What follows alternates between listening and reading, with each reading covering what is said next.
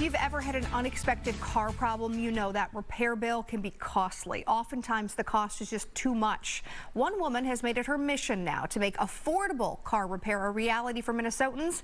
It's the latest Kelly's Community Champion from Minneapolis. It looks, sounds, and functions like any other auto repair shop. Working on a radiator on that car. But the Lift Garage in Minneapolis is not like the rest.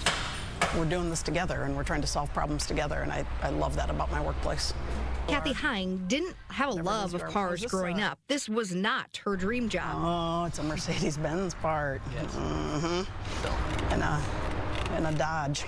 In fact, do you feel confident it's going to work? She really didn't want to open up a car repair shop. For me personally, it was my faith that led me to it. There was no good reason for me to do this. Literally, I wrote a pro and con list about why I personally should do this besides the social good. Not exaggerating when I say there was nothing in the pro list. There was all sorts of reasons why I shouldn't, and I still couldn't stop thinking about it. And then that's when I knew it was something bigger than me, and that this is time to step up. At the time, she was working as a pastor and just kept noticing a problem. Living in poverty is like a giant Jenga game, and you're just building everything really precariously.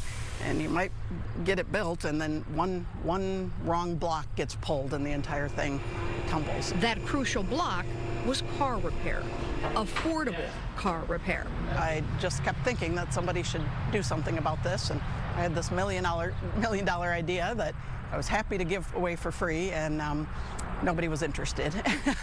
That nagging voice in her head just never went away. So she finally listened, and she enrolled in automotive school. There was no condenser? Years later, she opened up this nonprofit auto repair shop. And I went in there. I brought my car in, and I said, you know, I don't have much money, but could you help me with it? And she said right away, no problem.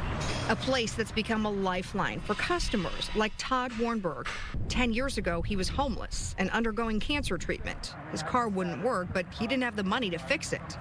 I'm really at rock bottom, and there's someone who said, I don't know you, but I actually believe in you. Each year, the Lift Garage sees about 1,400 customers. Each one of them must meet the 150% federal poverty guideline, meaning roughly they make about $22,000 a year or less. The number of people in our community that need subsidized car repair, it's mind-blowing. Kathy only charges $15 an hour, and parts are at cost.